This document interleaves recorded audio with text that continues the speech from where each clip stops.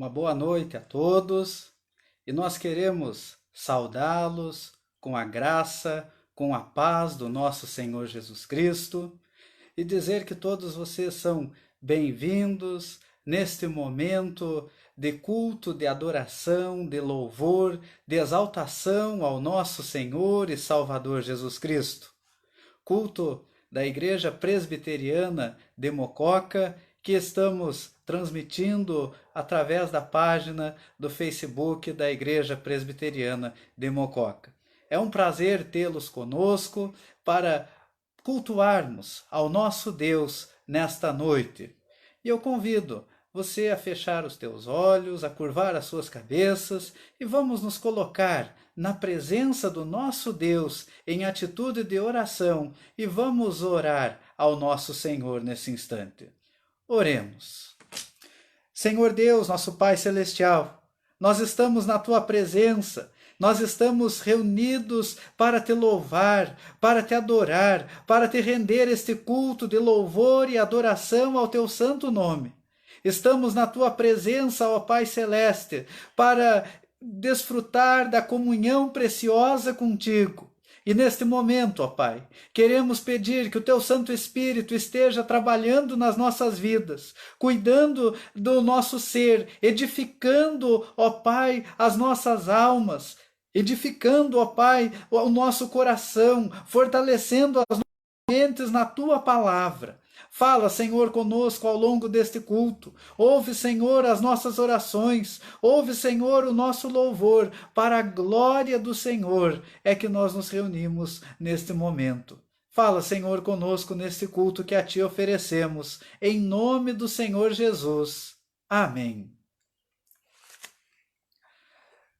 Vamos abrir as nossas Bíblias no Salmo de número 24. Salmo de número 24, e vamos acompanhar a leitura dos versículos 7 a 10. Salmo 24, os versículos 7 a 10. A palavra do nosso Deus assim nos diz: Levantai, ó portas, as vossas cabeças, levantai-vos, ó portais eternos, para que entre o Rei da Glória. Quem é o Rei da Glória? O Senhor forte e poderoso, o Senhor poderoso nas batalhas. Levantai, ó portas, as vossas cabeças, levantai-vos, ó portais eternos, para que entre o Rei da Glória. Quem é esse Rei da Glória? O Senhor dos Exércitos. Ele é o Rei da Glória. Amém.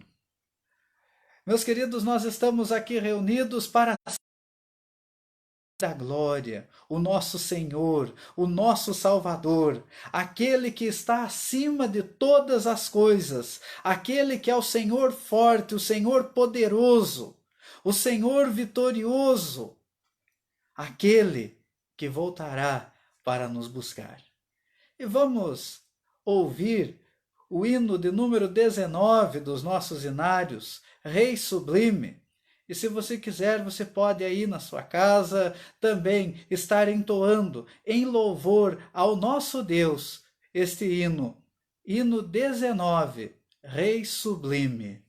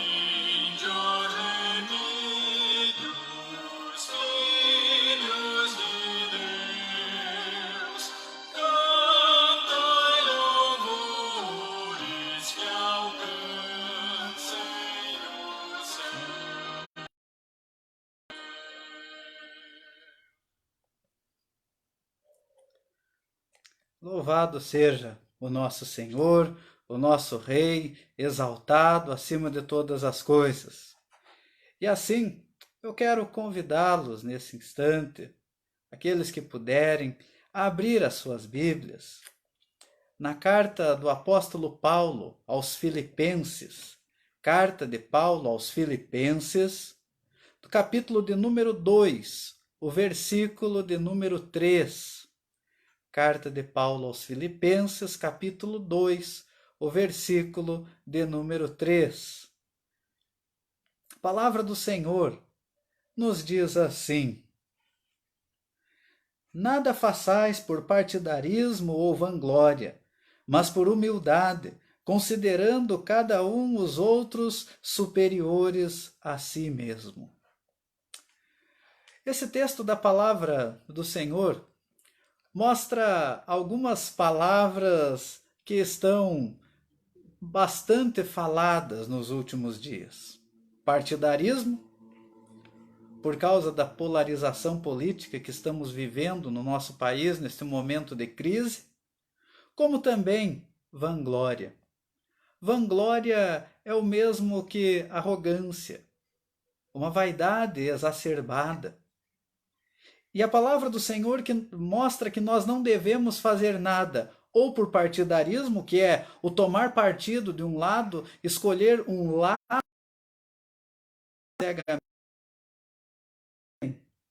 por vaidades.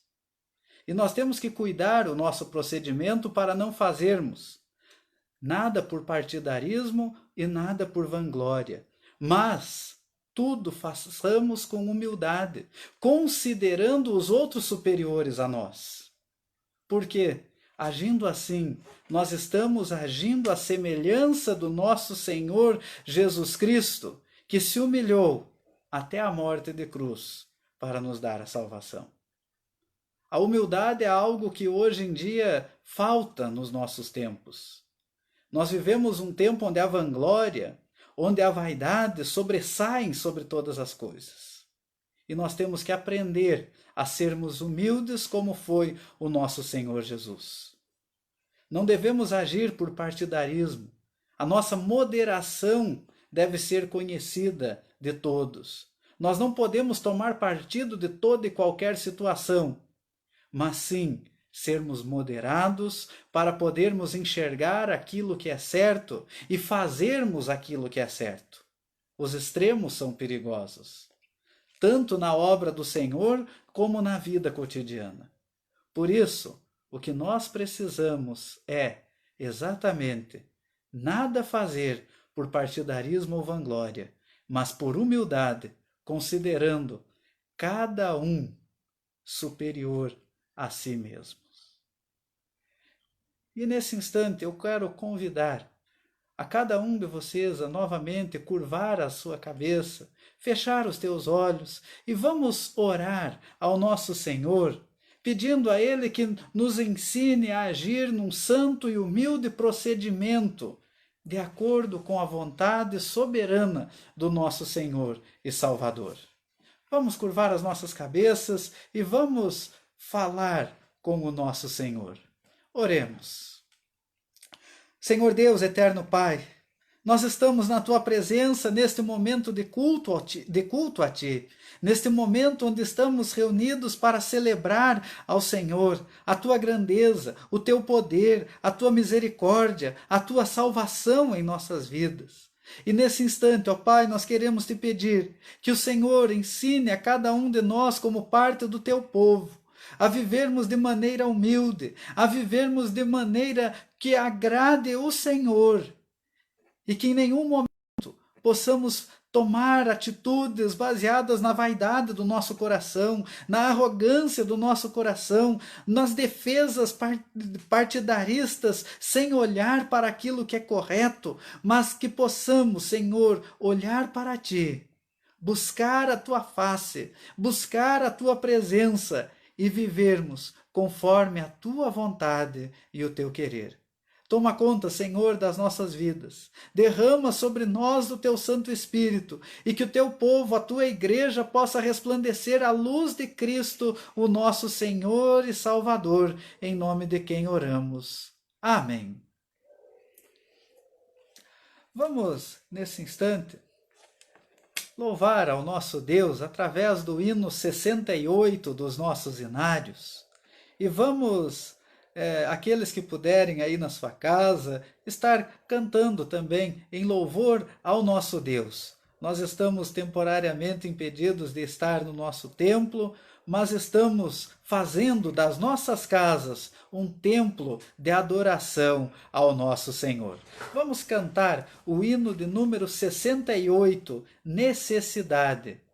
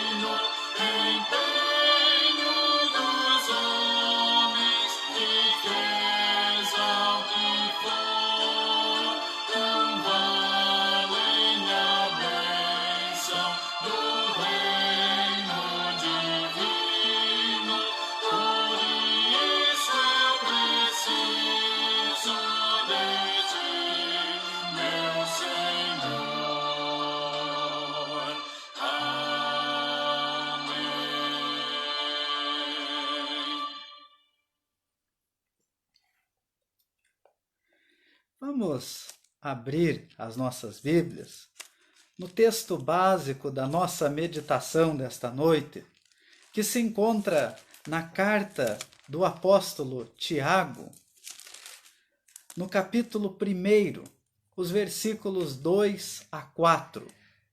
Carta do apóstolo Tiago, capítulo 1, os versículos 2 a 4.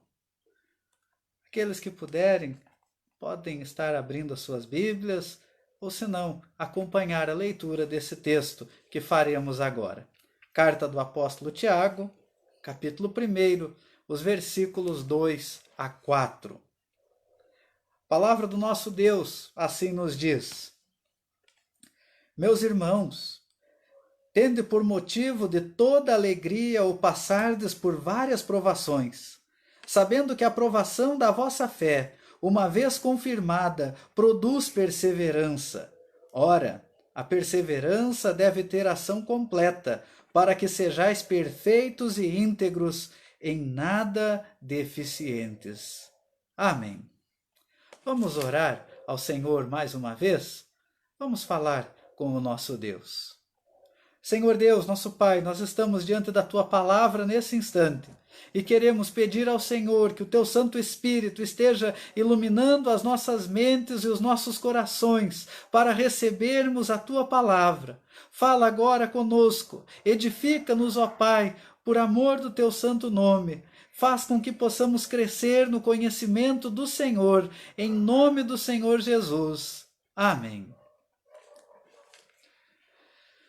Eu quero te perguntar, você se alegra nas tuas dificuldades?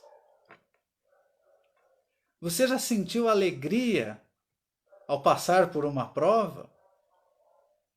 Esta é uma pergunta difícil. Normalmente, a tendência natural é de nos momentos difíceis nos entristecermos, ficarmos nervosos, apreensivos, preocupados. Mas depois de um tempo nós começamos a entender aquilo que o Senhor está fazendo e até mesmo nos alegramos. Mas o fato é que é muito difícil nos alegrarmos quando as circunstâncias são adversas. A tendência do coração humana é justamente de, durante as provações, se desesperar. Porém, a palavra do Senhor está nos mostrando que o Senhor quer que nos alegremos com elas. Mas como assim?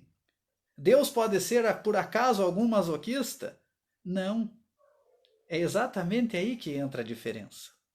A carta do apóstolo Tiago foi escrita para os judeus convertidos ao cristianismo, que foram dispersos e espalhados por diversas partes do mundo de então. E esta carta foi escrita com o propósito de encorajar e fortalecer uma igreja que enfrentava grandes e atrozes perseguições. Portanto, ao dizer que, meus irmãos, tende por motivo de toda alegria ao passardes por grandes provações, o Senhor estava mostrando àquela igreja perseguida, sofrida, que eles tinham que alegrar, pois eles estavam cumprindo os planos e os propósitos do Senhor, para que a glória dele fosse manifesta ao mundo através da vida daqueles irmãos e daquelas igrejas que estavam se espalhando de Jerusalém para todo o mundo habitado. E por causa daquela perseguição atroz que foi levantada, o Evangelho, séculos mais tarde, chegou até nós. E é interessante notarmos que a carta do apóstolo Tiago é extremamente instrutiva, porque ela nos instrui a vivermos de maneira fiel em todas as circunstâncias que enfrentamos nesta terra. E ela nos ensina a praticar a palavra do Senhor. A carta de Tiago é uma carta extremamente prática para vivermos bem no mundo adverso, para vivermos bem com o Senhor num mundo onde somos constantemente provados. E ela nos ensina a nos alegrarmos com as provações, pois o testemunho da obra de Deus em nós está sendo transmitido, impactando ao redor. Este é o propósito desta carta. E logo no início da carta, estes versículos que nós lemos, o apóstolo Tiago está mostrando que a provação é benéfica, porque ela confirma a nossa fé, porque ela produz perseverança e ela nos torna perfeitos, íntegros, sem deficiências, para que possamos testemunhar feita e completa do Senhor Jesus Cristo, que nele crê. E é por esta razão que eu quero meditar com cada um de vocês nesta noite sobre este tema. Alegre-se nas provações. Alegre-se nas provações. Mas você talvez pode se perguntar, por que devemos nos alegrar nas provações? Por que devemos nos alegrar com aquilo que muitas vezes nos causa dor?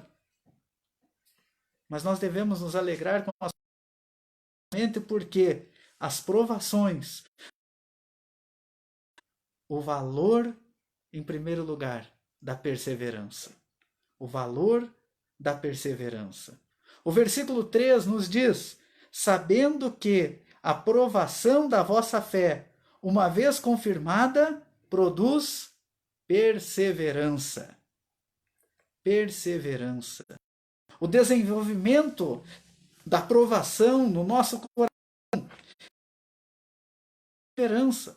E é uma qualidade digna de admiração no ser humano, porque esta é uma das mais nobres virtudes que um homem pode ter. É diferente da resignação. Na resignação, temos uma postura fatalista.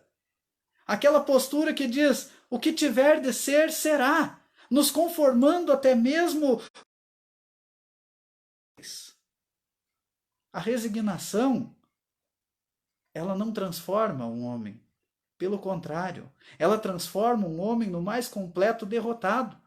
Porque aquela pessoa que se resigna nas suas provações, ela não tem ânimo e não tem forças para lutar, para ver a situação sendo transformada pelo poder do Senhor. Ela não clama a Deus, ela se conforma com tudo. E tudo, fazer o quê? É assim, o que tiver de ser, vai ser. Não. Enquanto a resignação é uma reação passiva à prova, a perseverança é uma reação ativa. A perseverança mostra para o cristão o olhar para Cristo. Quando nós olhamos para o Senhor, nós não nos resignamos diante das provas. Pelo contrário, nós o buscamos a Ele. E o cristão persevera, pois tem no seu Deus, tem na sua fé, a única fonte de conforto, a única fonte de auxílio, a única fonte de socorro, porque o Senhor Deus é a nossa força. Quando nós nos resignamos e não perseveramos, aceitamos qualquer coisa que nos é imposta. Mas quando nós perseveramos na fé em Cristo, nós enfrentamos toda e qualquer situação, porque sabemos que o Senhor é a nossa força. É por esta razão que Neemias diz que a alegria do Senhor é a nossa força. Nós voltamos e olhamos para o livro de Neemias e vemos o que eles estavam enfrentando quando essas palavras foram ditas. Eles estavam sendo perseguidos, construindo os muros com os inimigos, destruir a sua obra e matá-los. E então eles lutavam com uma espada na mão e a colher de pedreiro em outra, levantando aqueles muros, e outros com trombetas, porque se o inimigo atacasse por um lado, eles tocariam as trombetas para que os outros pudessem ajudá-los. E Neemias disse, trabalhemos e lutemos, porque a alegria do Senhor é a nossa força. O Senhor é a nossa fortaleza. Ele é o nosso auxílio. Ele é o nosso socorro. E pela fé, o cristão pode persistir em fazer a vontade do seu Deus até o final. Por isso, a provação da nossa fé gera perseverança. Por isso, é constante para aquele que crê de Cristo, o nosso Mestre. Por isso, a perseverança constante e paciente no temor do nosso Senhor. A perseverança, meus queridos, gera uma vitória espiritual. Gera esta vitória, pois aquele que persevera no amor de Deus não desiste no meio do caminho, porque nós somos fortalecidos no poder do nosso Senhor.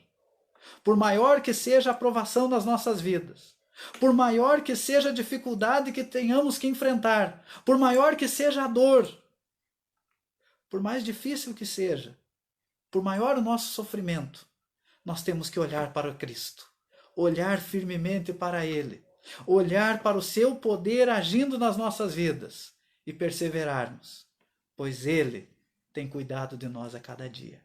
Ele tem feito a sua obra nos nossos corações.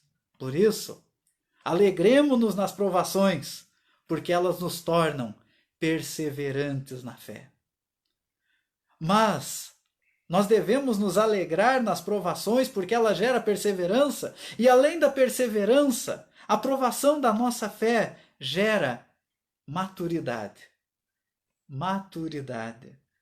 Se nós olharmos atentamente para o versículo 4, nós vamos ver o Senhor dizendo: ora, a perseverança deve ter a sejais perfeitos e íntegros, em nada deficientes. Aqui o texto bíblico, nós vemos que as provações geram perseverança.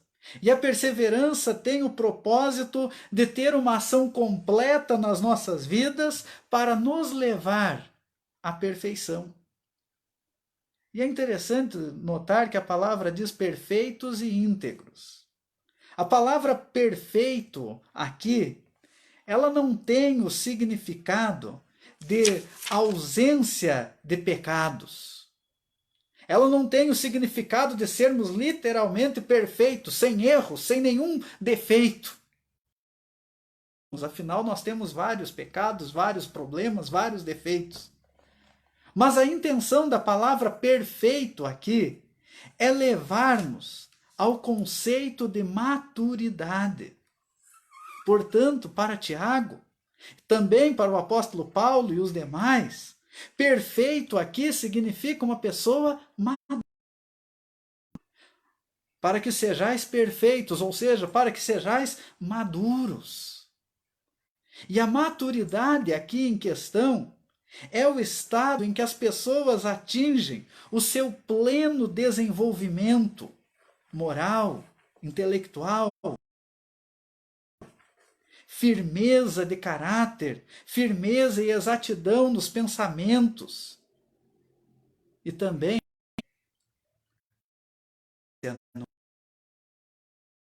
no agir. Para a prudência no agir era essencial. A prudência no agir salvaria suas vidas. A prudência no agir os levaria a viver a vontade do Senhor. E é interessante notarmos que o desenvolvimento do caráter é justamente a maturidade. O Senhor requer de nós que sejamos maduros na fé. O apóstolo Paulo nos diz que devemos atingir a varonilidade. Essa palavra é difícil, ou seja, nos tornarmos homens na fé, adultos, sermos no conhecimento do Deus, tendo maturidade, sabendo que as provações da nossa vida nos levam para a presença do nosso Pai, nos levam para vivermos com o que Ele quer. E Ele nos quer tornar perfeitos, maduros. O Senhor Jesus nos disse: sede vós perfeitos, é o nosso Pai Celestial.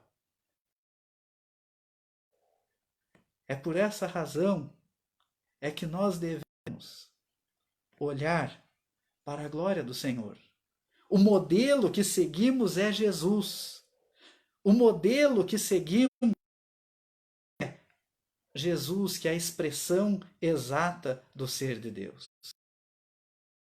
A palavra que tanto falamos, caráter, é uma palavra grega que significa um carimbo, melhor dizendo, que é e o caráter é exatamente o que nós somos. E Jesus é a expressão exata do caráter do próprio Deus. E ele é o nosso alvo. É por isso que o apóstolo Tiago está nos dizendo que a perseverança é completa para que sejamos perfeitos, como perfeito é o nosso Pai celestial. Sermos maduros, crescermos com as provas. Mas nós devemos nos alegrar, porque gera perseverança, a provação gera maturidade. Nós devemos nos alegrar nas provações, porque as provações geram também integridade. A segunda parte do versículo 4 mostra que nós devemos ser perfeitos e íntegros e em nada deficientes. E aqui a palavra que eu gostaria de destacar nesse versículo é a palavra íntegros. Íntegros e em nada deficientes. A palavra integridade diz respeito à completude, ou seja, um homem completo na fé. Ele é inteiro. Homens e mulheres completos na fé. Homens e mulheres a qualidade de inteireza moral, retidão, honestidade. E é isso que nós devemos ser. O homem íntegro, a mulher íntegra, são retos, são imparciais, são inatacáveis, não aceitam suborno, são fiéis aos seus princípios. E, aliás, quando falamos de ser fiéis a princípios que não são nossos, mas sim aos princípios da palavra do nosso. Muitos são fiéis aos seus princípios, mas nós somos fiéis aos princípios divinos. Nós somos fiéis à palavra do nosso Senhor e Salvador Jesus Cristo. E é interessante notar, meus irmãos, que a prática da integridade gera movimento, gera. E é isso que o apóstolo Paulo diz em Filipenses 2,12, quando ele está dizendo à igreja de Filipos: desenvolvei a vossa salvação. É desenvolvermos uma vida íntegra, reta. E essa frase é aquela frase em nada deficiente, sinônimo da palavra íntegra. O apóstolo Paulo, o apóstolo Tiago, na língua grega, está fazendo um palavras aqui. E é por isso que ele diz perfeitos, íntegros e... E aqui, todas as partes da nossa vida devem estar atento, pois o mesmo Deus que permite as provações é o mesmo para enfrentarmos todas elas pela fé no Senhor. Por isso, quando nós somos provados, nós estamos sendo purificados por Deus, trabalhados por Deus, envolvidos exatamente porque as nossas provações, nesse momento, louvar ao nosso Deus através do hino 108 dos nossos inários, hino 108, aflição e paz.